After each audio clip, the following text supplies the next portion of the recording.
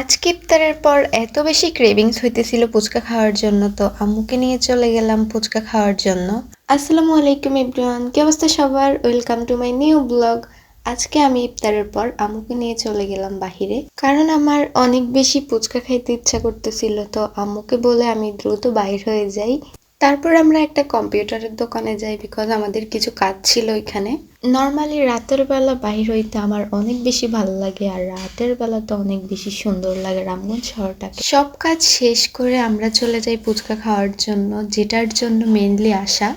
ফুচকা খাওয়া শেষ করে আমরা চলে যাই কিছু কেনাকাটা করার জন্য, যেহেতু সামনে ঈদ। যদিও আমি ঈদের জন্য কিছুই নিই নাই, কারণ আমার জামাগুলো পছন্দ হয় নাই। আম্মু আম্মুর জন্য শপিং করছে। ঈদ আসতে যেহেতু এখনো অনেক সময় বাকি, এজন্য আমি কিনি নাই, পরে এসে কিনবো।